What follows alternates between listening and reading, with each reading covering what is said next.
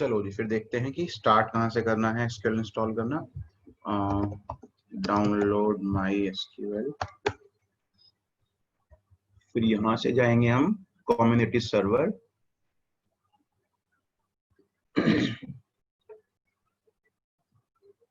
Community server के बाद हम जाएंगे गो टू डाउनलोड पेज। यहाँ से हमें मिलेगा, शायद यही ऑप्शन है 24 MB। No, just start my download.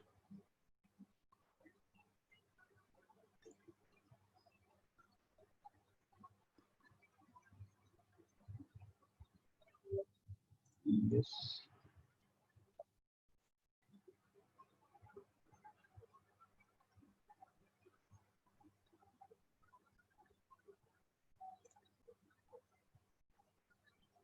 Server only option select करेंगे। इसको ये भी चाहिए, ये भी इंस्टॉल लेंगे, तो विजुअल C++ भी कर लेते हैं। एग्जीक्यूट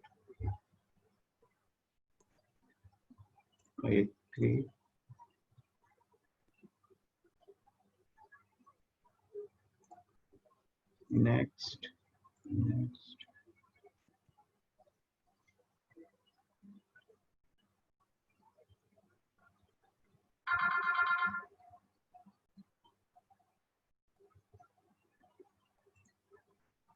नमस्कार अभिषेक जी।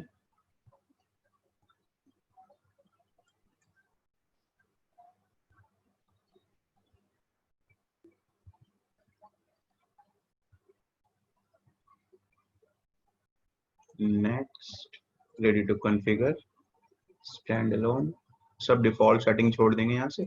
सर नमस्ते। नमस्ते Abhishek ji, Ashish ji. Use strong password, तो जनरली हम रखते हैं admin, ADMIN। Repeat password ADMIN। ठीक है सर। नेक्स्ट सर हाँ जी सर, जो आप अब एसक्यूएल पढ़ाओगे ना सर थोड़ा आराम आराम से पढ़ाना सर इस बार। सर वो जो नेटवर्किंग सर हमें थोड़ा स्पीड ज़्यादा लगी थी सर, प्लीज़ आराम से पढ़ाना थोड़ा। ठीक ठीक ठीक। फिनिश। बस अब मेरे ख्याल से यहाँ से आपको बस माई एसक्यूएल कमांड लाइन आ गया, एंटर पासवर्ड एडमिन, बस ये लॉगिन हो गया। अब यहाँ से मान लो एक create database test, okay, create table student, roll number, integer, name varchar 30, marks integer, error no database selected, use test, create table, insert into student, values 1 Vasu 98, select star from student। हाँ ठीक है,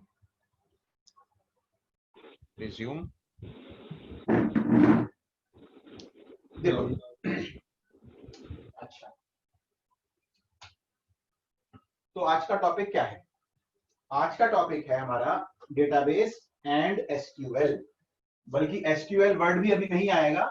अभी जो topic हमें currently जो देखना है वो टॉपिक क्या है? डेटाबेस। कि डेटाबेस क्या होता है। अब उससे पहले एक आपको इंफॉर्मेशन जो पता होनी चाहिए वो ये है कि 11th क्लास में भी था एक कंसेप्ट इसी नाम का, database and SQL. Database and SQL. अब क्या हुआ है, नए कोर्स के हिसाब से वो जो डेटाबेस एसक्यूएल टॉपिक है वो 11th क्लास में से हट गया है और अब वो सिर्फ 12th में ही आ गया है। और जो 12th में जो आया है, जो 12th में आया है उसमें कुछ भी नया एडिशन नहीं है। इसका मतलब क्या हुआ? इसका मतलब ये हुआ कि जिसने 11th क्लास में इस कंसेप्ट को अच्छे से पढ़ लिया है उसके लिए बस एक रिवीजन की तरह है, देयर इज नथिंग न्यू। अच्छा जी, और जिसने 11th में नहीं पढ़ा है वो तो ऑब्वियसली अभी फर्स्ट टाइम ही इसको सीखेगा। अच्छा, तो हम स्टार्ट करते हैं। ठीक है, मैंने बता दिया आप लोगों को कि ये 11th क्लास वाला ही है पूरा, और रिकॉर्डिंग में आपने स्टेप सारे अभी आप रिकॉर्डिंग में तब देख लेना कि ये एसक्यूएल इंस्टॉल कैसे करना है। हालांकि आज ये भी हो सकता है कि हम एसक्यूएल स्टार्ट ही ना कर पाए, आज हम डेटाबेस में ही सिर्फ रह जाएं। अब क्योंकि ये चैप्टर 20 नंबर का हो गया है, हाँ ये डिफरेंस जरूर आ जाएगा। हाँ जी सर, अभी तो कुछ हुआ तो नहीं है ना? नहीं जैसे स्टार्ट कर रहा हूँ। Okay sir. और जो हुआ भी है वो रिकॉर्ड मैंने पहले ही कर लिया, ठीक है, वो रिकॉर्ड आप देखना, 5 मिनट का टॉपिक है, उसमें बताया है कि इंस्टॉल कैसे करना है एसक्यूएल को। अच्छा जी, तो मतलब कि हाँ देखो, अब तक जितने सालों से मैं खुद भी पढ़ा रहा हूँ, एसक्यूएल हमेशा से कोर्स में रहता था, भले ही वो C++ ही क्यों ना हो, एसक्यूएल हमेशा कोर्स में रहता था, लेकिन वो 10 नंबर का या 8 नंबर का ऐसे हुआ करता था। अब जाके वो कितने नंबर का हो गया है? अब वो हो गया है 20 नंबर का। 20 नंबर का एसक्यूएल, 20 नंबर के एसक्यूएल में उन लोगों ने, मतलब देखो मार्किंग तो 20 नंबर कर दी, 20 बहुत होते हैं, ठीक है ना, एक चैप्टर के लिए 20 नंबर बहुत होते हैं, लेकिन एसक्यूएल कुछ नहीं बढ़ाया, एसक्यूएल उतने का उतना ही है, यानी कि जो टॉपिक्स पहले थे टॉपिक्स सेम है, लेकिन 20 नंबर का हो गया है। इसका मतलब ये है कि हमें इस चैप्टर में हर बारीकी पे ध्यान देना है, हमें एक एक चीज को ध्यान से पढ़ना है, क्योंकि इस बार टॉपिक उतना ही रहेगा लेकिन क्वेश्चंस बहुत सारे बनेंगे, तो इसको बहुत ध्यान से बहुत बारीकी से हमें इसे पढ़ना है। लेकिन एक बात जरूर है कि ये बहुत ही आसान है, मतलब अगर मैं ये भी कहूं कि जितनी चीजें आपके कोर्स में हैं सबसे आसान यही है तो भी गलत नहीं होगा। नेटवर्किंग टफ क्यों है? नेटवर्किंग का कोर्स बहुत वास्ट है और सब कुछ आपको रटना पड़ेगा, सब आपको याद करना पड़ेगा, मेमोराइज करना पड़ेगा, इसलिए वो टफ है। पाइथन है थोड़ी टफ क्यों हो जाएगी? क्योंकि वहां सब लॉजिक है, प्रोग्रामिंग है, कंसेप्चुअल है, 11th के पहले बेसिक्स बनाओ फिर जाके 12th समझ में आती है, तो पाइथन में ये दिक्कत आती है। लेकिन एसक्यूएल में कुछ भी तो रटना नहीं है, एंड सेकंड इसकी जो कोडिंग भी है वो बहुत ही सिंपल है, आपको ऐसा फील होगा एट टाइम्स कि आप बस जो इंग्लिश में सोचते हो बोलते हो वही आप लिख रहे हो इसमें। चलो जी, तो स्टार्ट करते हैं इस वर्ड से, डेटाबेस। डेटाबेस क्या होता है? तो what is database? Database is nothing but a collection of data, collection of data. अब यहां पर एक बात ध्यान रखना कि डेटाबेस से इंपॉर्टेंट चीज किसी ऑर्गेनाइजेशन के लिए, किसी कंपनी के लिए, या किसी पर्सन के लिए, छोटे मोटे व्यापारी के लिए, छोटे मोटे काम करने वाले के लिए, या एक किसी भी इंसान के लिए डेटा से जरूरी कुछ भी नहीं होता। सारा काम आप देखो वर्ल्ड में जो हो रहा है that is data oriented only. अभी युद्ध चल रहा है तो डेटा के हमारे 20 जो सैनिक है वो शहीद हो गए, या युद्ध चलेगा तो उसमें डेटा में क्या आ जाएगा कि उनके पास इतने टैंक है, हमारे पास इतने टैंक है, उनमें इतने प्लेन है, हमारे पास इतने प्लेन है। अच्छा जी, अगर कोरोना चल रहा है तो इतने उनकी डेथ हो चुकी है, इतने सर्वाइव कर लिया है, इतने टोटल इम्पैक्टेड हैं, इस स्टेट में इतने हैं, रिकवरी रेट इतना है। अच्छा, आप किसी छोटे से इंसान की बात करोगे तो उसका डेटा क्या है कि मेरा नाम ये है, फादर्स नेम ये है, जेंडर ये है, ब्लड ग्रुप ये है, डेट ऑफ बर्थ ये है, उसका अपना डेटा है, आधार नंबर ये है, पैन कार्ड नंबर ये है, लाइसेंस नंबर ये है।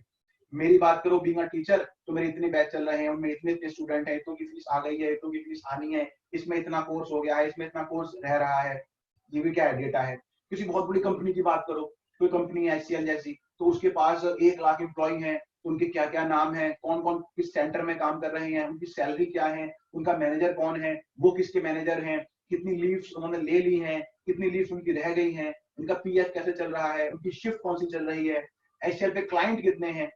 तो आप ये सोचो कि इनमें से किसी भी लेवल पे अगर डेटा हट जाए, अगर डेटा को हटा लिया जाए तो मतलब सब खत्म।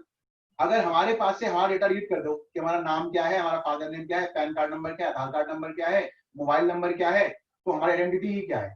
कुछ है ही नहीं, चलते फिरते किसी काम के हम है नहीं। ऐसी किसी कंपनी का डेटा अगर चला जाए, लॉस हो जाए, कंपनी को यही नहीं पता हो कितने एम्प्लॉय है, किसकी क्या सैलरी है, कौन किसका मैनेजर है, तो कंपनी सड़क पर आ जाएगी।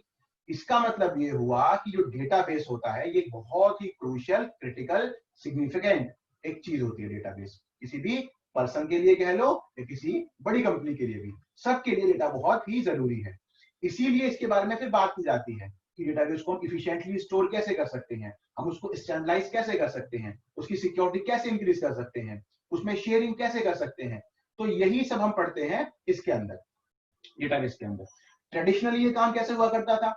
डेटाबेस को स्टोर करने का काम है, जैसे कि मान लो जब कंप्यूटर नहीं था 50 साल पहले, तो DDA है, दिल्ली डेवलपमेंट अथॉरिटी, जिसके पास दिल्ली के सभी प्रॉपर्टी की डिटेल्स होती हैं। अब जरा सोच के देखो विनय कि कोई कंप्यूटर सिस्टम तो है नहीं, तो how are you going to store the data? क्या करोगे आप? You have only one option, file बनाओ, लिखो उनमें फाइल बनाओ। अब कितनी, अब मान लो कि 10 लाख 20 लाख मकान है पूरी दिल्ली में, तो 20 लाख फाइलें, 20 लाख फाइलें, और उनमें किसी को ढूंढना है फाइल में, या किसी को अपडेट करना है, या मान लो भगवान अगर भूकंप आ गया, बिल्डिंग की पूरी तहस नहस, तो सारा डेटा चला गया, या बिल्डिंग में आग लग गई, बाढ़ आ गई, किसी ने चुरा ली, चूहे आ गए, बहुत चीजें होती हैं। तो these R securities also concern. या मान लो कि शेयरिंग करनी किसी के साथ में, डीडीए को वो फाइल कहीं साउथ इंडिया में भेजनी है, तो एक यानी कि फिजिकली उसको भेजना पड़ेगा उस फाइल को किसी आदमी के हाथ में, किसी ट्रेन के थ्रू या किसी ट्रेन के थ्रू। तो these were the issues related to traditional database management system, यानी कि जो सिस्टम मैनेजमेंट का था डेटाबेस को, उसमें ये सारी प्रॉब्लम्स आया करती थी।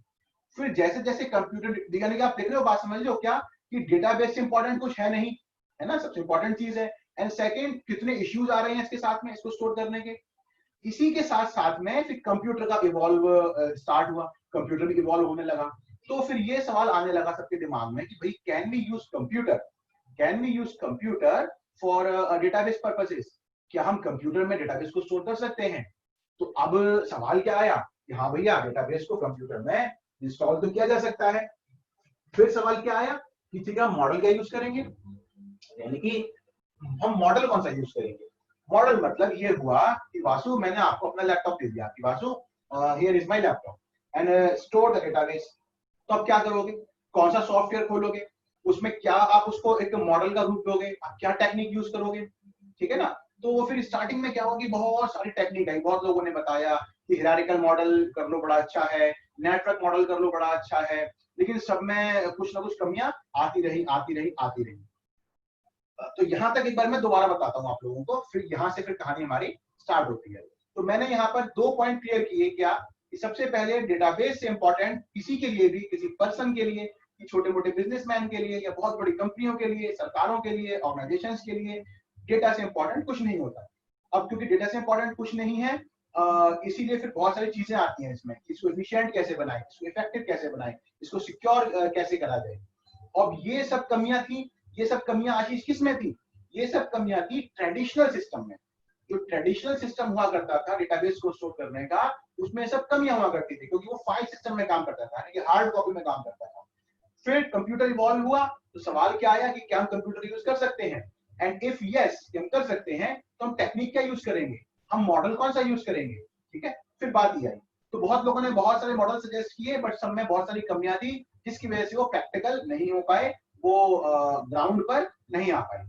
यहां तक कोई डाउट है तो बताओ, वरना फिर मैं आगे बढ़ता हूं।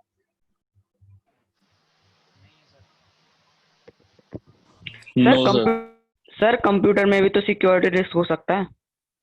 सिक्योरिटी रिस्क तो मतलब परफेक्ट तो कुछ नहीं है, हो तो कुछ भी सकता है। तो बात क्या होती है कि किसमें कम है, किसमें ज्यादा है। तो अब आप खुद सोच के देखो कि कंप्यूटर में ज्यादा सिक्योरिटी रिस्क है, या उसको फिजिकल कॉपीज में स्टोर करना ज्यादा रिस्क है। कंप्यूटर में आपके पास अगर रिस्क है, तो फिर प्रिवेंशन मैकेनिज्म बहुत सारे हैं, है नहीं। अब और अगर आप सोचो कि अगर इतना सिक्योरिटी होती, इतनी मतलब इनसिक्योर होता, इतना परेशानियां होती सिक्योरिटी में, तो इतने बैंक चल कैसे रहे हैं, ये क्यों नहीं हैक हो जाते। कभी क्यों नहीं ऐसा होता कि किसी ने मतलब मेरे अकाउंट में से मान लो पैसे निकल के बिना कुछ किए। तो ऐसा नहीं होता है, बहुत तरीके हैं चीजों को सिक्योर करने के। हाँ, ऐसा नहीं है कि सब परफेक्ट ही चल रहा है, कमियां भी हैं, परेशानियां भी कभी कभी होती है, हैकिंग वैकिंग भी चलती है, लेकिन जो मेजर पोर्शन है, यानी कि आप कहो कि 99.9999 इतना डेटा तो सिक्योर है, तो फिर इसको सिक्योर ही माना जाएगा, ठीक है ना।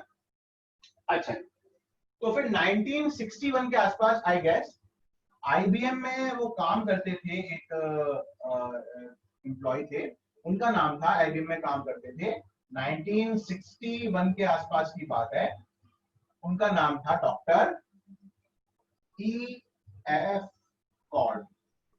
EF कॉर्ड, इन्होंने कहा यार तुम लोग किन परेशानियों में पड़ रहे हो, इतना मतलब क्यों कॉम्प्लेक्स चीजों को बना रहे हो, कीप इट वेरी सिंपल। तो he suggested very very very simple technique to store the data, very simple and yet most effective, मतलब कि बहुत ही आसान और बहुत ही काम की। उन्होंने कहा कि भैया आप यूज करो रिलेशनल मॉडल, आप यूज करो रिलेशनल मॉडल। रिलेशन का मतलब यहां पे है टेबल, टेबुलर मॉडल यूज करो। तो उन्होंने ये कहा कि एक टेबल बनाओ, सबसे बढ़िया, ठीक है, टेबल बनाओ, और यहाँ पे कॉलम बनाओ और रोज बनाओ। मान लो कि स्टार्टिंग में मैं सिर्फ 2 ही कॉलम बना रहा हूं, ठीक है, क्या क्या, नेम और मार्क्स।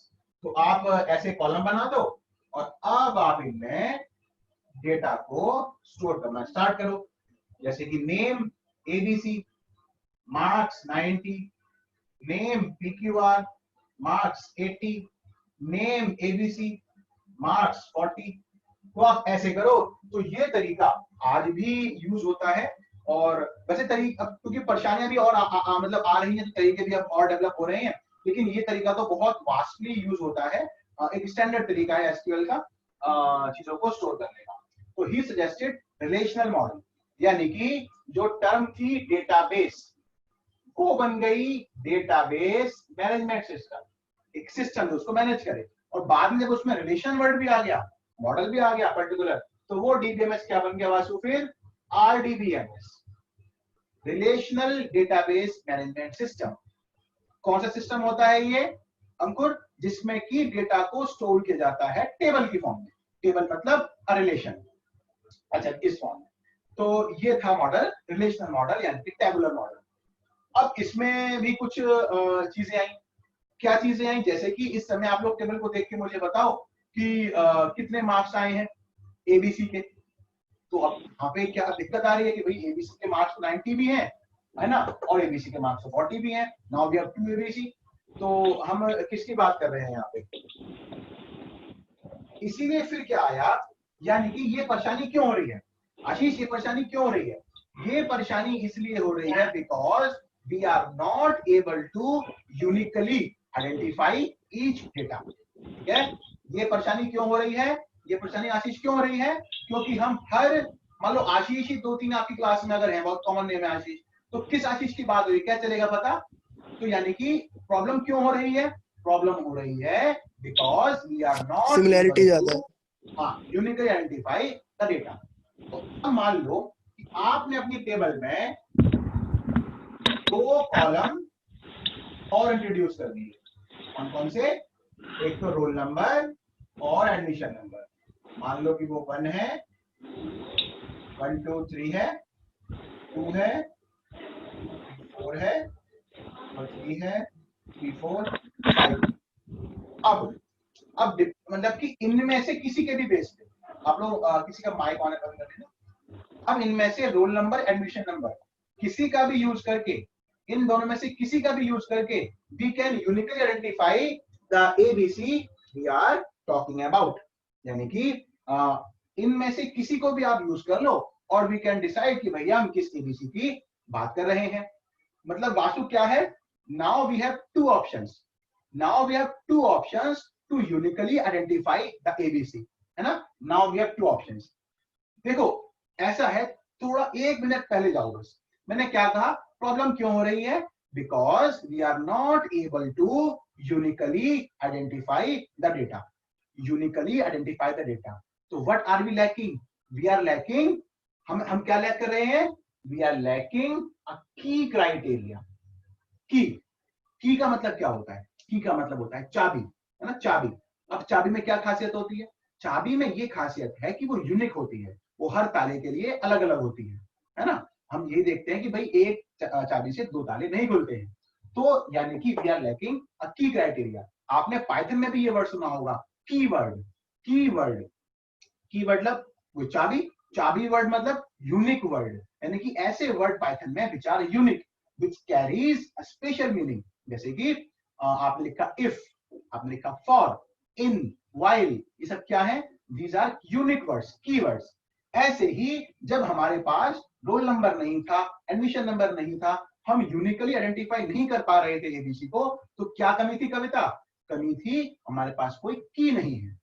अब जैसे ही कविता मैंने यहाँ पर रोल नंबर और एडमिशन नंबर दोनों को मैंने इंट्रोड्यूस कर दिया, now we have 2 option, now we have 2 key. किसी के भी बेस पे आप आइडेंटिफाई कर सकते हो एबीसी को। तो जो भी कॉलम आपकी टेबल में ऑप्शन की तरह काम करे, जो भी कॉलम की का ऑप्शन बन जाए आपके लिए, ऐसी कॉलम्स को हम क्या बोलते हैं? ये है क्या? दीज आर कैंडिडेट की। ये कौन सी की है? कैंडिडेट, मतलब ये हमारी मेन की तरह काम कर सकती हैं। तो all the column in your table which are eligible to become the main key, which are eligible to become the main key, उसे हम क्या कहते हैं, उसे हम कहते हैं कैंडिडेट की। वो प्रत्याशी है, वो कैंडिडेट है टू बिकम द मेन की। ठीक, हालांकि इस पर्टिकुलर टेबल के हिसाब से, इस पर्टिकुलर टेबल के हिसाब से हमारे पास आकाश जो मार्क्स नाम का कॉलम है ये भी यूनिक है, ये भी यूनिक है। तो कल को हालांकि यूनिक ना रहे ऐसा हो सकता है, लेकिन फिलहाल के लिए हम इसको भी इन्वॉल्व कर सकते हैं कि भैया ये भी यूनिक है। हालांकि it is not logical, it is not logical, मैं जानता हूं, लेकिन मैं आपको फिर भी बात क्यों बोल रहा हूं कि अगर बोर्ड में क्वेश्चन आ जाए, एक ऐसी टेबल आ जाए और क्या पूछने आपसे किसी बताना इसमें कौन कौन सी कैंडिडेट की हैं, तो उसमें आपको अपना दिमाग ये नहीं लगाना कि कल को और कौन कौन से रिपीट हो सकते हैं, कल की बात नहीं करनी होती है, आपको टेबल देख के बताना है। जो भी कॉलम आपको दिखाई पड़े यूनिक है, आप क्या बोल दोगे वो क्या है, वो कैंडिडेट की है, वो बन सकता है आपका मेन की। ठीक है, ये हुआ कैंडिडेट की। फिर इसमें से मान लो आपने कहा जी I will be using admission number, I will be using admission number, इसको मैं यूज करूंगा अपने की क्राइटेरिया की तरह। तो ये एडमिशन नंबर क्या बन जाएगा आपका, इसको बोला जाएगा प्राइमरी की, ये बन गया कि मेन की यानी कि प्राइमरी की। इसको चुनने के बाद जो कॉलम रह गए, जो कॉलम रह गए वो क्या कहे जाएंगे, ऑल्टरनेट की। अब इसको दोबारा समझते हैं। देखो, आपके एरिया में इलेक्शन हुए, ठीक, इलेक्शन हो रहे हैं एमएलए के, कौन खड़े होते हैं, कैंडिडेट, ये इस पार्टी का कैंडिडेट है, ये इस पार्टी का कैंडिडेट है। तो कैंडिडेट का मतलब क्या निकला Akash, the options that you have is candidate. ये भी ऑप्शन है, आम आदमी पार्टी वाले को चुन लो, कांग्रेस को चुन लो, भाजपा को चुन लो, ये ऑप्शंस है। तो the options that you have are called candidate. ठीक है ना, कैंडिडेट मतलब एग्जाम हो रहे हैं, यानी कि आप मेंस का एग्जाम देने गए या एडवांस का एग्जाम देने गए या आप आईएएस का एग्जाम देने गए, तो आप क्या होते हो, एक candidate, you are the option for them. ठीक, उसमें से फिर एक को चूज किया जाता है, वो बन जाता है प्राइमरी। ठीक है, उनमें से कोई भी एक प्राइमरी। फिर जिनको चूज नहीं किया जाता, जो रह जाते हैं, जो चुनाव हार गए, अब वो क्या है, वो फिर ऑल्टरनेट है। आपको बात समझ में आई, आपकी टेबल में हर वो कॉलम जो यूनिक है कैंडिडेट, इसको चुन लिया गया प्राइमरी, और जो बच गया ऑल्टरनेट। ये तीनों की क्लियर हो गई आप लोगों को। सर जो मार्क्स का कॉलम है वो तो कैंडिडेट में क्यों आया सर, वो तो मार्क्स तो रिपीट हो सकते हैं ना, वो यूनिक कैसे बताया ना कि आपको अभी टेबल देखनी है, आपको अपना कॉमन सेंस भी यूज करना जब आप अपना कुछ पर्सनल काम कर रहे हो, किसी कंपनी के लिए काम कर रहे हो। लेकिन मैंने आपको वो पॉइंट में यही आपको भी बताया था कि अगर बोर्ड में कोई सवाल आ जाए तो आपको करंट डेटा के अकॉर्डिंग बताना होता है, आपको फ्यूचर नहीं देखना होता कि रिपीट हो सकता है कि नहीं हो सकता। तो बात आपकी सही है, कॉमन सेंस यही कहती है कि मार्क्स को मत करो कंसीडर, लेकिन मैं आपको बता रहा हूं कि जब बोर्ड में कोई क्वेश्चन आता है तो कॉमन सेंस वहां को नहीं लगानी है, आपको टेबल देख के बताना है बस। ठीक है, यस सर, मतलब जितने कॉलम दे रखे उसी के बेस पे बताना है। हाँ, जो भी कॉलम यूनिक निकले वो कैंडिडेट है। हाँ, अब जैसे कि अगर मान लो यहाँ भी एबीसी ना होता XYZ, तो ये भी कैंडिडेट है। Okay sir. अच्छा, हाँ जी, लेकिन कीवर्ड याद रखना कि की है, की यूज वही होगा जो यूनिक होगा। जैसे कि यहाँ पे कोई भी की यूज नहीं हुआ क्योंकि यूनिक नहीं था। हाँ जी, पूछो सर। इसका मतलब हुआ सर कि प्राइमरी की सर सिर्फ एक हो सकती है और कैंडिडेट और अल्टरनेट की सर एक से ज्यादा हो सकती है। बहुत बढ़िया, बिल्कुल। तो इसका मतलब ये भी निकलता है कि पूरी टेबल में सिर्फ एक प्राइमरी की होती है और ऑल्टरनेट की और कैंडिडेट की एक से ज्यादा भी हो सकती है। ठीक, सर अच्छा, सर हम रोल नंबर या मार्क्स को भी तो ले सकते हैं ना प्राइमरी की, सिर्फ हमें अगर एक ही लेनी है तो हम सिर्फ एक को चूज हाँ, करेंगे। कोई सी भी लिख सकते हैं, कोई सी भी लिख सकते हैं। सर सेकेंडरी की क्या होती है? सेकेंडरी की वैसे कुछ होती नहीं है, होती तो खैर ऑल्टरनेट कैंडिडेट की भी कुछ नहीं है। जो मेन टर्म है यानी कि जो कमांड है, जो कंप्यूटर पे काम करती है, जो कीवर्ड है, जो कमांड है, वो सिर्फ प्राइमरी की है। अब जो प्राइमरी नहीं है वो सेकेंडरी है, तो ऑल्टरनेट की वो सेकेंडरी की भी बोल देते हैं। और एक की और होती है फॉरेन की। फॉरेन की चार तरह की है, लास्ट है फॉरेन की। फॉरेन की आप ऐसे समझो, जब प्रैक्टिकल करेंगे तब इसको अच्छे से देख लेंगे, तब तक के लिए आप ऐसे समझो कि जैसे कि जब भी किन्हीं दो चीजों को जुड़ना है, पूरे वर्ल्ड में किन्हीं भी दो चीजों को जुड़ना है तो कुछ कॉमन चाहिए बीच में, फिर तो जुड़ेंगी। अगर आप लोग और हम लोग अभी जुड़े हैं, किस बेस पे जुड़े हैं, आपको जो पढ़ना है मेरे को पढ़ाना है। यानी कि कहीं भी जो कनेक्टिविटी हो रही है दो लोगों के बीच में, दो थिंग्स के बीच में, वो क्यों हो पाती है, क्योंकि उनमें कुछ कॉमन होता है। ऐसे ही मान लो आपको दो टेबल ज्वाइन करनी है, मान लो कि इसमें एक टेबल और भी है, स्टूडेंट नाम की, ठीक। उसमें क्या क्या है, उसमें रोल नंबर और फी, सिर्फ रोल नंबर और फी। इसमें क्या है आपको दिख ही रहा है, उसमें क्या है, रोल नंबर और फी। अब आप वो दो टेबल ज्वाइन करना चाहते हो और आप दिखाना चाहते हो कि भैया इस बच्चे की इतनी फीस है। अब बच्चे का नाम तो यहां मिलेगा, फीस वहां मिलेगी, दोनों को ज्वाइन करना पड़ेगा। तो जो कॉमन क्राइटेरिया बीच में आता है उसे क्या कहते हैं, फॉरेन की। वो एक टेबल की प्राइमरी की होती है, वो दूसरे में जाके एक फॉरेन की का काम करती है। फॉरेन की हिंदी क्या है, बाहर से, बाहर से, तो की बाहर से आती है। It is use for relationship between two table. ये बात और क्लियर होगी जब हम सब प्रैक्टिकल करेंगे। तो आपको ये सारी चीज क्लियर हो गई, आगे बढ़ सकते हैं। सर बस एक बार फॉरेन की रिपीट कर दो एक बार फिर से। फॉरेन की का मतलब है, फॉरेन का मतलब ही क्या होता है, foreign country, foreign body, foreign कुछ भी हो उसका मतलब बाहर से। तो वो फॉरेन की तभी एग्जिस्ट करती है when we have two table. तो जो कॉमन क्राइटेरिया है वो काम करता है फॉरेन की का, या कह लो फॉरेन की काम करती है उस कॉमन क्राइटेरिया का। जब दो टेबल ज्वाइन होती हैं तो एक टेबल की जो प्राइमरी की दूसरे में उठ के आ जाती है तो उसे कहा जाता है फॉरेन की, ठीक है। सर अल्टरनेट की यूज नहीं करते? ऑल्टरनेट की पता नहीं कॉमन होना हो दोनों। अब जैसे यहाँ ऑल्टरनेट की में आपका मान लो ये है मार्क्स है, लेकिन दूसरी जो फीस की टेबल है उसमें मार्क्स ही नहीं है, ठीक है ना। और अगर उसमें मान लो मार्क्स उसमें भी है तो हाँ फिर मार्क्स जो है इट कैन बी अफोर्डेबल, ठीक है। आगे बढ़े। Yes sir. Yes sir. Yes sir. Sir हाँ जी। सर एक छोटी सी चीज और बता दो, जैसे हमें डेटाबेस को मैनेजमेंट करने की जरूरत पड़ी तो डीबीएमएस बन गया। फिर सर आपने आरडीएमएस क्यों लिख दिया, क्योंकि वो टेबुलर फॉर्म में होता है इसलिए? हाँ हाँ हाँ, क्योंकि टेबल ही तो रिलेशन है। टेबल का मतलब क्या है, रिलेशन, रिलेशनल। ठीक है। तो यस इसीलिए वो सर। आरडीबीएमएस बन गया। मतलब कि जैसे कि आरडीबीएमएस है ना, ऐसी बहुत सारे डीबीएमएस होते हैं। ओडीबीएमएस भी होता है, ओडीबीएमएस, उसे बोलते हैं object oriented database management system. तो बहुत तरह के डेटाबेस होते हैं, तो आरडीबीएमएस सबसे कॉमन, सबसे important.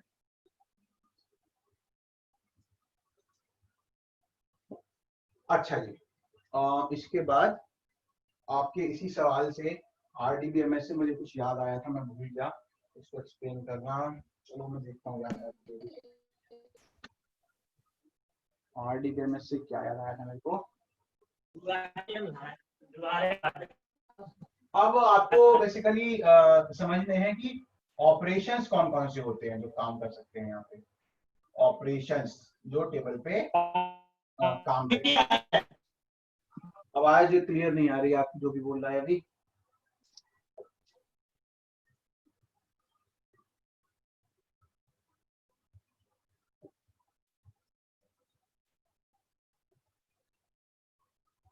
Select, project, union, Cartesian, intersection. अच्छा, और कुछ टर्म्स हैं जो आपको याद रखनी है। टर्म्स कौन कौन सी, कि टपल क्या होता है, एट्रीब्यूट क्या होता है। किसी को याद है, बात याद है आपको 11th क्लास का, ये डिग्री क्या है और कार्डिनलिटी क्या है, हाँ सर। बताना। सर टपल को तो शायद रो कहते हैं, अच्छा, और एट्रीब्यूट को कॉलम कहते हैं, बहुत बढ़िया, बिल्कुल सही। और डिग्री जो होती है वो नंबर ऑफ रोज होती हैं, और नंबर ऑफ कॉलम, सही है, नंबर ऑफ कॉलम्स, और कार्डिनेलिटी नंबर ऑफ रोज। बहुत बढ़िया। प्राइमरी की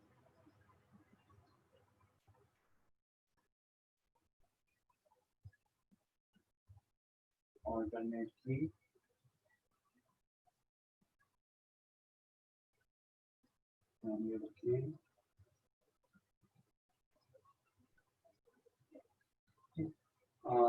ये है। फिर इसके बाद आता है एडवांटेजेस ऑफ डीबीएमएस। इसमें आप पढ़ते हो सिक्योरिटी, शेयरिंग, कंसिस्टेंसी, इक्वेशन, ठीक है। और इस चैप्टर में से और टॉपिक क्या है याद रखने वाले? टर्म्स हो गई, ऑपरेशंस हो गई, कीज हो गई, और अभी मैं मॉडल और देखता हूँ आपके कोर्स में इस बार मॉडल है क्या। अगर मॉडल हैं कोर्स में तो वो बनेंगे हायरार्किकल, नेटवर्क, रिलेशनल। बेसिकली यही है बस, पूरा चैप्टर डेटाबेस है ना, वो पूरा चैप्टर बस यही है। अगर ये कर लिया तो डेटाबेस खत्म। फिर चालू होता है एसक्यूएल। बेसिकली डेटाबेस का मतलब हुआ चैप्टर का the theoretical portion. The theoretical portion की थ्योरी में चीजें कैसे काम करती हैं, वो क्या है, उनकी जब प्रैक्टिकल इंप्लीमेंटेशन करते हैं फिर स्टार्ट होता है क्या, एसक्यूएल।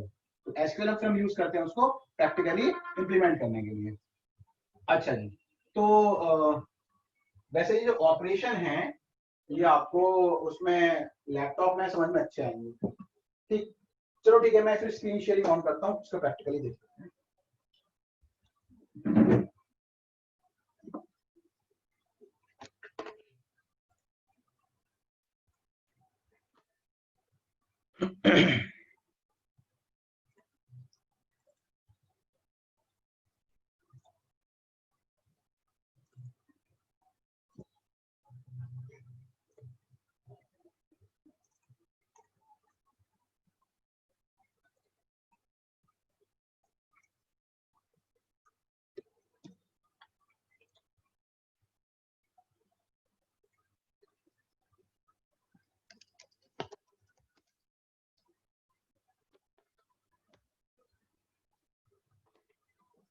अरे यार MS SQL भी तो इंस्टॉल करना पड़ेगा ऑफिस। चलो अभी रीड ओनली मोड में तो खुल ही जाएगा ये। हाँ ठीक है, तो इसमें डेटाबेस भी है और SQL भी है, ठीक है, दोनों है इसमें। तो पहले स्टार्ट डेटाबेस होगा, डेटाबेस पूरा होने के बाद में ऑपरेशंस आएंगे। यानी कि देखो मैं पढ़ाऊंगा आपको ये सब चीजें, एक बार आप खाली एक रफली नजर मार लो इस पे। देखो डेटाबेस पढ़ेंगे, एडवांटेजेस पढ़ेंगे क्या होते हैं इसके, डेटाबेस का आर्किटेक्चर क्या है ये मैं आपको पढ़ाऊंगा अभी। इसके बाद रिलेशनल मॉडल ये हम पढ़ चुके हैं, इसको भी देखेंगे दोबारा। फिर operations, select, project, union, intersection, Cartesian, ठीक है, ये पढ़ेंगे। इसके बाद आएगा कीज, या पढ़ चुके हो, कैंडिडेट, प्राइमरी, ऑल्टरनेट, फॉरेन, और फिर स्टार्ट हो जाएगा एसक्यूएल। तो डेटाबेस उतना ही है, एक बार कोर्स में देख लेते हैं। Introduction to database concepts and its need, ठीक है, ये हमने कवर कर लेंगे अभी नोट्स में। Relational concept of domain, relation, tuple, attribute, degree, cardinality, primary की, कैंडिडेट की, ऑल्टरनेट की एंड फॉरेन की, ठीक है, ये भी कवर हो जाएगा। फिर इसका मतलब तो ऑपरेशंस भी नहीं दिए इस बार तो उन्होंने, लेकिन ऑपरेशन तो हर बार आते हैं। सर जी कितने बड़े हैं ऑपरेशन? जरा से ही है, कर लेते हैं, अभी करते हैं। करा दो, सर कोई पढ़ा बात दो। नहीं। फिर इंटरफेस है, ठीक है। सर मॉडल्स नहीं है क्या जो आप बता रहे थे? मॉडल्स नहीं है, मॉडल्स तो हम करेंगे भी नहीं फिर, क्योंकि वो मतलब थे भी नहीं, एक आध साल से हट ही चुके हैं, आते भी नहीं है वो, ठीक है। तो मॉडल्स छोड़ देते हैं, ना ही नोट्स में है मॉडल, ठीक है। तो ठीक है, अब इसको पढ़ लेते हैं एक बार क्या क्या चीजें हैं ये, दोबारा से एक बार स्टार्टिंग से। तो डीबीएमएस क्या है? डीबीएमएस क्या है? A DBMS defines, creates and maintains a database, बस खत्म। मैनेजमेंट का मतलब क्या हुआ? डिफाइन करना, बनाना और मेंटेन करना। एडवांटेजेस क्या क्या है डीबीएमएस के? एडवांटेजेस ये हैं कि it controls reputation, it controls reputation. Controls reputation का मतलब समझो ऐसे कि जैसे कि मान लो कि वैभव है, अब वैभव अपने इंस्टीट्यूट में फिजिक्स भी पढ़ता है और सीएस भी पढ़ता है। अब मैंने क्या किया, मैं ट्रेडिशनल तरीका यूज कर रहा हूँ पेपर में स्टोर करवाने का इंफॉर्मेशन को स्टूडेंट की। तो मैंने कहा वैभव से, वैभव एक काम करो, अपना फॉर्म भर दो, और फॉर्म में क्या क्या है, फॉर्म में है आपका जी नाम क्या है, फोन नंबर क्या है, ये क्या है, वो क्या है, बैच वैच क्या है, सब भर दो। तो वैभव ने क्या किया, एक कंप्यूटर साइंस के लिए फॉर्म मेरे को भर के दे दिया और मेरे पास उसकी इंफॉर्मेशन आ गई। अब वो नीचे इंस्टीट्यूट है, ग्राउंड फ्लोर पे गया, अब वहां जाके उसने विकास सर के पास, मान लो फिजिक्स पढ़ रहा है वो, तो विकास सर ने कहा जी वैभव एक फॉर्म यहाँ भी भरो फिजिक्स का। तो उसे अजीब तो लगा कि यार दो बार भरना पड़ रहा है, आप लोग एक ही जगह मेंटेन कर लो, लेकिन चलो उसने कोई बात नहीं, उसने भर दिया। तो अब मान लो कि ये बार बार हर टीचर अगर अपना फॉर्म भरवाएगा तो क्या होगा उससे, रिपीटेशन। तो अगर हमारे पास एक अच्छा मैनेजमेंट सिस्टम होगा तो it will control repetition. The data is recorded in only one place in the database and it is not duplicated। अब आप पूछोगे सर डुप्लीकेशन से दिक्कत क्या है, तो भैया रिपीटेशन से बहुत दिक्कतें होती हैं। जैसे कि इंटीग्रेटेड नहीं डेटा रह पाएगा, मल्टीपल टेबल बनानी पड़ेंगी, फिजिक्स वाले सर को अपना करना पड़ रहा है, एसईएस वाले सर को अपना करना पड़ रहा है, केमिस्ट्री अलग, बायो अलग। तो अगर हम लोग रिपीटेशन कंट्रोल कर लेंगे तो हमें इंटीग्रेशन मिल जाएगी, डेटा की जगह रहेगा। और रिपीटेशन कंट्रोल करने से कंसिस्टेंसी भी आएगी। कंसिस्टेंसी का मतलब क्या हुआ, आप ये मान लो कि वैभव ने क्या किया, कल को उसका फोन नंबर चेंज हो गया। अब वो उसने विकास सर को तो बता दिया कि सर मेरा ना फोन नंबर आप चेंज कर लो, और लेकिन वो मेरे को बताना भूल गया। इसका मतलब अब डेटा इनकंसिस्टेंट हो गया। क्यों? क्योंकि वैभव की इंफॉर्मेशन जो मेरे पास है वो विकास सर के पास तो अलग है, तो कंसिस्टेंसी नहीं आ रही है। तो कंसिस्टेंसी बहुत जरूरी होती है। तो अगर हम कंट्रोल कर लेंगे रिपीटेशन को, अगर हम कंट्रोल कर लेंगे रिडंडेंसी को, तो डेटा कंसिस्टेंसी अपने आप आ ही जाएगी। दूसरा है शेयरिंग ऑफ डेटा। शेयरिंग मतलब हम उसमें सिक्योरिटी मेजर्स लगा सकते हैं जिससे कि जो खाली जो ऑथराइज यूजर्स हैं ऑर्गेनाइजेशन के, खाली वही यूज करें। और अब सिक्योरिटी और शेयरिंग में डिफरेंस और भी आ जाता है। पता है क्या, एक डिफरेंस ये भी आता है कि अगर हम लोग, आप लोग जरा सोचो आकाश, कि अगर हम सब ऑर्गेनाइजेशन, सबके सब लोग जो हैं वो अलग अलग तरीके से डेटाबेस को स्टोर करने लगे, तो फिर आपस में शेयरिंग कैसे हो पाएगी? आपस में शेयरिंग नहीं हो पाएगी। अब मान लो कि जिस तरीके से डेटा को मैं स्टोर कर रहा हूं वैसे ही बाकी इंस्टीट्यूट वाले भी कर रहे हैं, तो हम आपस में बच्चों का जो डेटा है वो शेयर आसानी से कर पाएंगे। आपको बात समझ में आई मैं क्या कह रहा हूं? जैसे कि मैं क्या करता हूं कि मैं तो बच्चे के फादर का नाम भी स्टोर करता हूं, कोई दूसरा है वो फादर का तो नहीं करता, वो मदर का कर रहा है नाम स्टोर।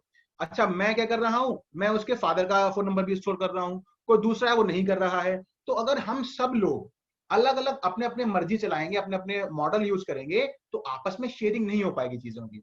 कहीं ना कहीं नेटवर्क्स में जो मैंने आपको पढ़ाया था ना, एक मॉडल होता है OSI मॉडल, तो उसका भी रीजन क्या था बनाने का, कि भैया अगर हर कंट्री, हर सिटी अपना अपना मॉडल यूज करेगी नेटवर्क्स का, तो सिटीज आपस में जुड़ेंगी कैसे, जब तक कि वो एक सेम पैटर्न फॉलो ना करें।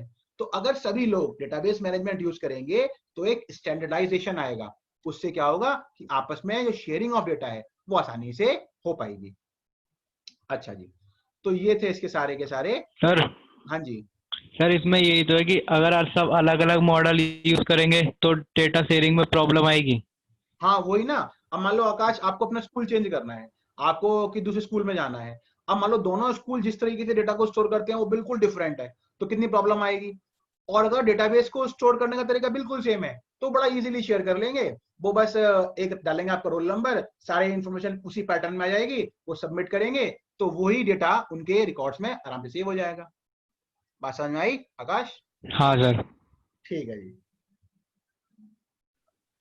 अच्छा जी, अब इसको भी पढ़ लो, हालांकि कोर्स में तो ये नहीं है लेकिन ये बहुत छोटा सा और जानने लायक टॉपिक है कि एक होता है डेटाबेस का आर्किटेक्चर। डेटाबेस का आर्किटेक्चर, इसका मतलब क्या होता है? इसका मतलब ये होता है कि किसी भी डेटा को देखने के 3 व्यू होते हैं, external view, conceptual view, internal view. ठीक है, एक्सटर्नल, कंसेप्चुअल, इंटरनल। मतलब क्या है देखो इसका, जैसे कि लेट्स ओपन यूट्यूब। आपने यूट्यूब खोला और मान लो कोई वीडियो आ गई, जैसे कि शिवानंद स्तुति आ गई। अब ये देखो एक डेटा है, तो कोई इसको कैसे देख रहा है 2235 को? ये क्या है, आप क्या बोलोगे, क्या है ये? व्यूज हैं, व्यूज। ठीक है ना, एक ये व्यू हुआ डेटा को देखने का। ये कौन सा व्यू है? ये है एक्सटर्नल व्यू, यूजर व्यू, जो आखिरी यूजर देखता है। हम लोग लास्ट यूजर है ना इस चीज के, जो हम देख रहे हैं क्या कि जी इतने व्यू हैं, ये डेट है, ये लाइक हैं, ये डिसलाइक हैं, ये है external view.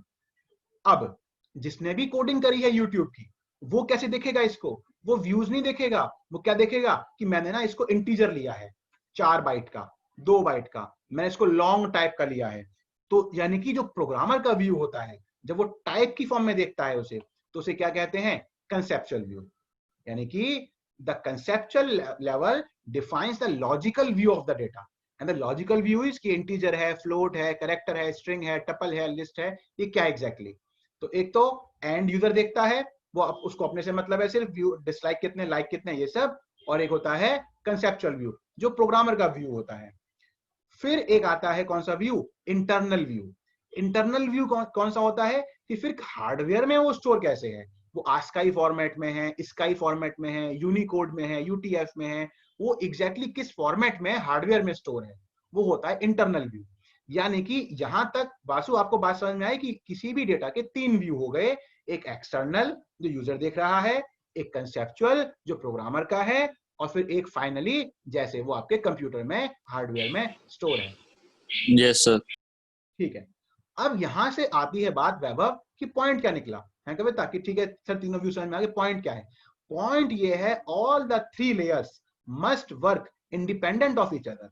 Independent of each other का मतलब ये हुआ कि अगर कल को हार्डवेयर कहे जी मैं ना UTF-8 नहीं UTF-16 में सेव करूंगा, तो उसके UTF-16 फॉर्मेट करने से इस व्यूज पे कोई फर्क ना पड़े, या जो प्रोग्रामर ने उसे इंट लिया है उस पर फर्क ना पड़े। कल का वो प्रोग्रामर इंट की बजाय लॉन्ग कर दे तो उससे उसका फर्क ना तो इंटरनल हार्डवेयर पे पड़े और ना व्यू पे पड़े।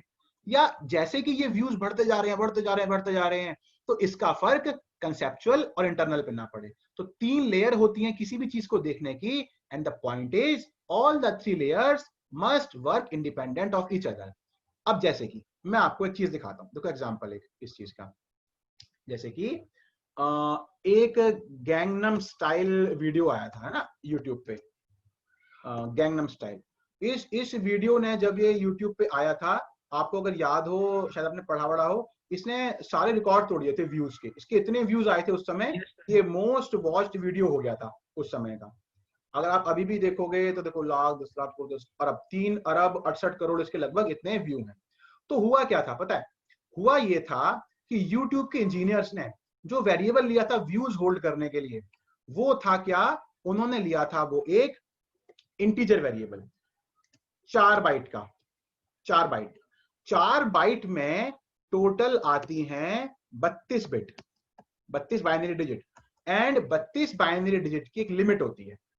अगर यानी कि आप अगर यहाँ पे गूगल करोगे कि लिमिट ऑफ इंटीजर 4 बाइट, या सिर्फ इंटीजर ही करो, आजकल 4 बाइट का ही होता है, तो क्या मिलेगा आपको, ये रेंज होती है, देखो ये यानी कि एक इंटीजर में इससे बड़ी वैल्यू नहीं आ सकती। अब आप इसी को जरा देखो कि ये कहां जा रहा था, ये देखो, तो ये क्या हुआ, देखो यहां तक लाख, यहां तक 10 लाख करोड़, ये अरब है ना, 2 अरब। लेकिन जो गैंगनम स्टाइल के आपने व्यू देखे, वो व्यू आप कितने देख रहे हो, ये अगर अभी इतने हैं तो उस समय ये कितने हो गए होंगे, मतलब उस समय भी ये इससे ऊपर निकल गए थे, देखो है ना।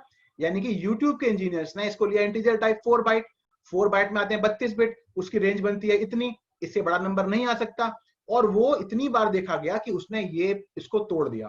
तो उससे YouTube में प्रॉब्लम आ गई थी कि इसके ऊपर गैंगनम स्टाइल के व्यू ही नहीं बढ़ रहे थे। ऐसा क्यों हो रहा था, ऐसा इसलिए हो रहा था because these two layer external and conceptual were no more independent of each other, they were dependent on each other। यानी कि conceptual level डिसाइड कर रहा था कि external view कितने हो सकते हैं, और इसीलिए प्रॉब्लम आ गई। अगर आप गूगल में जाके ये सर्च भी करोगे Gangnam style view count issue YouTube, तो देखो गैंगनम स्टाइल ये ब्रोक यूट्यूब व्यू लिमिट तोड़ दी थी। The music video for South Korean singer exceeded the YouTube's view limit, prompting the site to upgrade its counter. फिर site को upgrade करना पड़ा। YouTube said the video its most watched ever has been viewed more than this time. अब ये time कौन सा है देख रहे हो आप, ये वही टाइम है जो इंटीजर की रेंज होती है, तो एग्जैक्टली वही रेंज होती है ये। तो ये पॉइंट निकल के आता है इस टॉपिक का कि all the layers must work independent of each other, वरना क्या होता है, अभी आपने एग्जांपल लाइव देखा। अच्छा जी आगे आओ। अब रिलेशनल में टर्म्स आपने देख ली, जैसा कि शायद आशीष ने बताया था या किसने बताया था कि जो कॉलम होते हैं इन्हें एट्रीब्यूट कहा जाता है, जो रो होती हैं इन्हें टपल कहा जाता है, कितने कॉलम हैं वो डिग्री बन जाते हैं, और कितनी रो हैं वो कार्डिनलिटी बन जाती है। लेकिन रो में कभी भी ये टॉप रो को काउंट नहीं किया जाता कविता। क्यों नहीं किया जाता? क्योंकि ये डेटा नहीं है, डेटा सिर्फ ये वाली रो है। तो टपल है 1 2 3 4 5, डिग्री है 1 2 3 4 5 6। तो ये चारों टर्म यहाँ पे क्लियर हो गई हैं, नोट्स में चारों अलग से लिखी भी हुई हैं। और आ गया वो, अब देखो सर हाँ जी, सर एक डोमेन चीज भी तो होती है। डोमेन में कुछ नहीं है, डोमेन में तो आपने पढ़ ही रखा है, डोमेन तो आपने नेटवर्क्स में भी पढ़ा था, आपने मैथ में भी पढ़ा है। तो डोमेन क्या होता है? The set of all possible value. जैसे कि ये यूनिट है, या आपने इंटीजर ले लिया, नाउ द, यानी कि अब क्या, अब ये यूनिट आपने इंटीजर ले लिया, तो क्या आप इसमें स्टोर कर लोगे इंट्रो टू जावा? नहीं कर पाओगे, क्योंकि इसका डोमेन क्या है? इसका डोमेन है कि जिसमें सिर्फ नंबर आएंगे। तो डोमेन बस ये होता है, ठीक है। अगर आप चाहो तो यहाँ पे देख भी लो, what is domain in database. A domain is the collection of values that a data element may contain. बस, ठीक है ना? That data element may contain, यानी कि the data element is unit. It can be a 5 or a 6. It cannot be Gaurav or Ankur or Sumit. ठीक है ना? अच्छा जी, अब आते हैं ऑपरेशंस पे। अभी ये ऑपरेशंस को बिल्कुल दिल पे मत लेके जाना, खाली ऊपर ऊपर समझना, क्योंकि ये प्रैक्टिकल करेंगे तब समझ में अच्छा आएंगे। तो अगर ये मतलब मुझे समझ में आ ही जाएंगे, इतना कुछ कॉम्प्लेक्स भी नहीं है इसमें। चलो इसको स्टार्ट करते हैं। तो देखो जी, एक होता है सेलेक्ट ऑपरेशन। आकाश, सेलेक्ट ऑपरेशन में क्या होता है कि जब हम किसी टेबल पे सेलेक्ट ऑपरेशन करते हैं तो उसके रिजल्ट में कॉलम तो सारे आते हैं, लेकिन रोज फिल्टर हो जाती हैं, लेकिन रोज फिल्टर हो जाती हैं। जैसे कि आप इन दोनों टेबल में कंपेयर करो तो 3 कॉलम यहां भी हैं और 3 कॉलम यहां भी हैं, लेकिन डिपेंडिंग अपॉन सम कंडीशन। और कंडीशन क्या है हमें उससे मतलब नहीं है, हमें खाली कंसेप्ट से मतलब है। हालांकि कंडीशन भी यहां दिख रही है साफ साफ, कि कंडीशन ये थी कि जी जहां यूनिट 5 हो केवल उसी को दिखाना है ना। तो सेलेक्ट ऑपरेशन क्या होता है आकाश? जब कॉलम आते हैं सारे लेकिन रोज फिल्टर हो जाती हैं। आकाश, बात समझ में आ गई? Yes sir. सर एक बार दोबारा बता देना। दोबारा देखो आशीष, कि सेलेक्ट ऑपरेशन में क्या होता है कि किसी कंडीशन के बेस पे कुछ रोज कम रह जाती हैं लेकिन कॉलम सारे आते हैं। जैसा आप एग्जांपल में देख रहे हो, 3 कॉलम यहाँ हैं तो 3 ही यहाँ हैं, लेकिन रो फिल्टर होके कम हो गई। ठीक है, ऐसा क्यों हो गया? अब मैंने कहा ना कि क्यू पे प्रशांत अभी नहीं जाते हैं तो ठीक रहेगा। अभी तो हम खाली सीख रहे हैं कि सिलेक्ट होता क्या है। मान लो किसी ने, मान लो प्रशांत यही कहा हो कि जी मेरे को ना टेबल, पूरी टेबल दिखाओ, लेकिन वहीं जहां यूनिट 5 हो, जहां यूनिट 5 हो, तो जो ऑपरेशन बना वो कौन सा बना? Select operation. ठीक है सर ये सब तो प्रैक्टिकल में होगा ना? प्रैक्टिकल में ये बहुत अच्छा क्लियर हो जाएगा। प्रैक्टिकल में अभी पता है आपको क्या सीखना है? अभी प्रशांत आपको ये सीखना है कि बोर्ड में क्वेश्चन कैसा आता है। बोर्ड में एक टेबल दे देंगे ये कोर्सेज, एक दे देंगे ये टेबल रिजल्ट। ठीक है प्रशांत, माइक बंद करना। एक टेबल दे दिया आपको ये कोर्सेज और एक दे दिया आपको ये रिजल्ट, और क्या पूछ लिया आपसे कि जी देखो ऐसा है कि हमने ना कोर्स टेबल से बनाई है रिजल्ट टेबल। अब जरा बताना कि हमने कौन सा ऑपरेशन किया होगा। तो आप उसमें क्या ऑब्जर्व करोगे कि अच्छा रो तो कम रह गई है लेकिन कॉलम सारे हैं, तो इसका मतलब आंसर क्या हुआ? Select operation. ठीक है प्रशांत, अब बताओ, बात समझ में आई? ठीक है, आगे आओ। Project operation. प्रोजेक्ट में क्या होता है? जस्ट उल्टा। इसमें क्या है, रो तो सारी आ रही हैं लेकिन कॉलम कम रह जाते हैं। यहाँ पे देखो 3 कॉलम थे, 2 ही रह गए, लेकिन रो सारी आ रही हैं। फिर एक होता है यूनियन। हाँ जी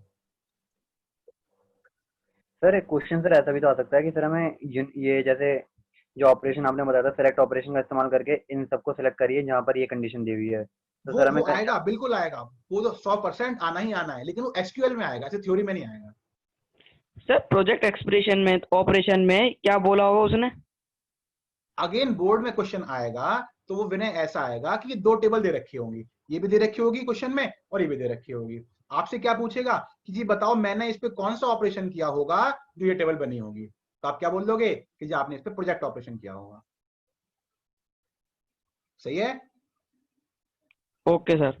चलिए जी आगे आते हैं यूनियन पे। अब यूनियन में क्या होता है?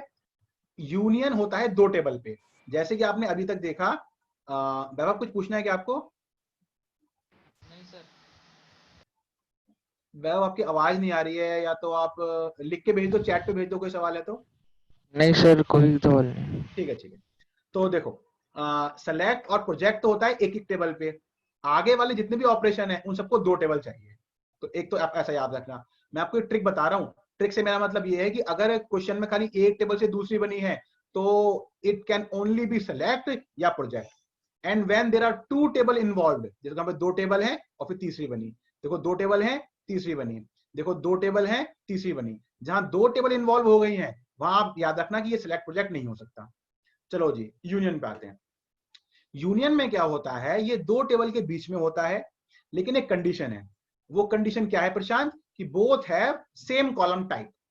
जैसे कि यहाँ भी आईडी, यहाँ भी आईडी, यहाँ भी नेम, यहाँ भी नेम, यहाँ भी लास्ट नेम, यहाँ भी लास्ट नेम, तो जो है सेम होना चाहिए।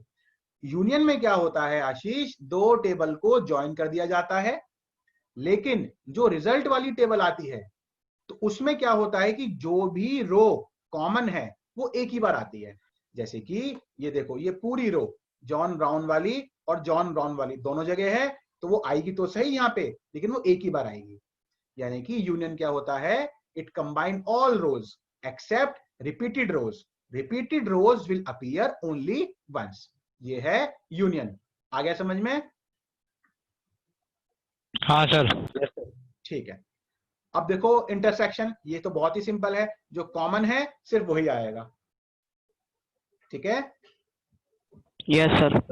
ठीक है जी। अब कार्टेशियन को समझो। कार्टेशियन जो है वो मैं आपको सही बताऊं, अभी तक तो मेरे को समझ में आया नहीं इसका यूज क्या है कार्टेशियन का। इसे मीनिंगलेस जॉइन भी कहते हैं, meaningless join.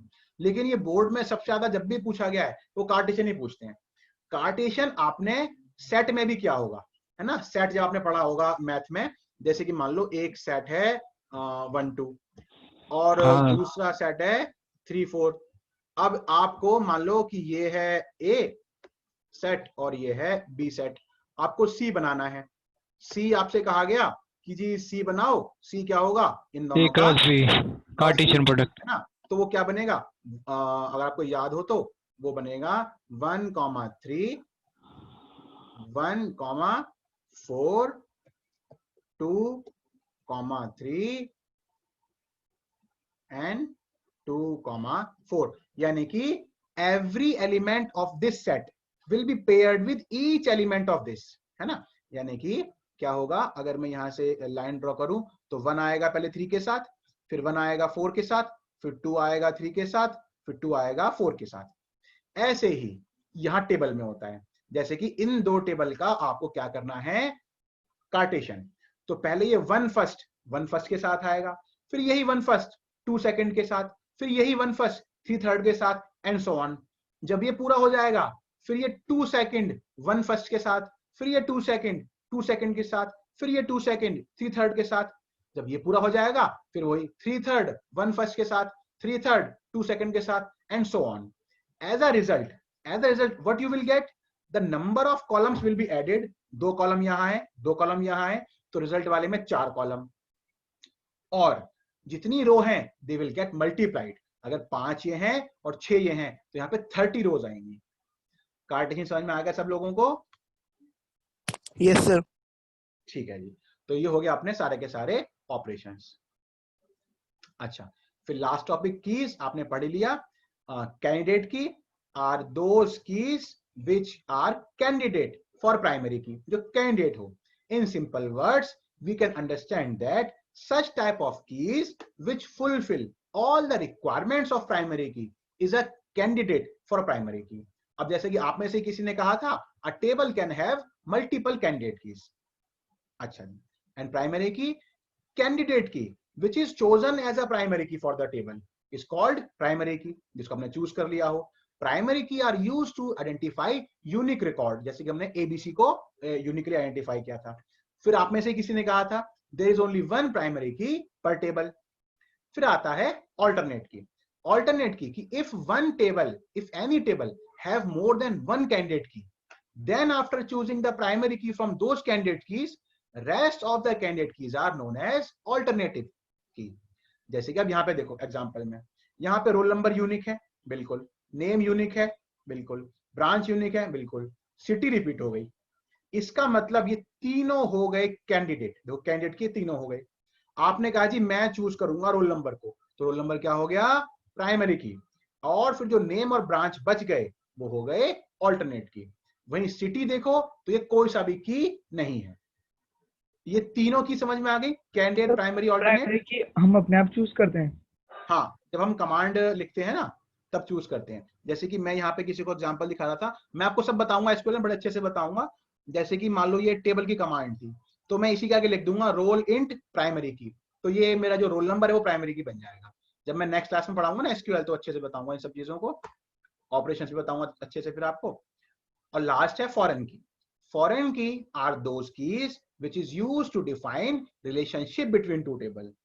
Foreign key is generally a primary key from one table that appears as a column in another. Hence, they are generally chosen as the joining या फिर relationship criteria between two table. अगर मैं आपको कोई image दिखा पाऊं foreign की कोई अच्छी सी इमेज, खैर मैं इसका प्रैक्टिकली कराऊंगा तो दिख ही जाएगा। जैसे कि मान लो यही थोड़ा बहुत आप देख सकते हो, डिपार्टमेंट आईडी यहाँ पे भी है, डिपार्टमेंट आईडी देखो यहाँ पे भी है। तो हालांकि हमें कमांड से बनाना पड़ेगा, लेकिन कंसेप्चुअली फॉरेन की वो होती हैं जो दो टेबल में कॉमन आती हैं। जैसे कि आप यहाँ पे देख रहे हो, देखो आईडी यहाँ भी है, आईडी यहाँ भी है, ठीक है। तो यहाँ पे मैं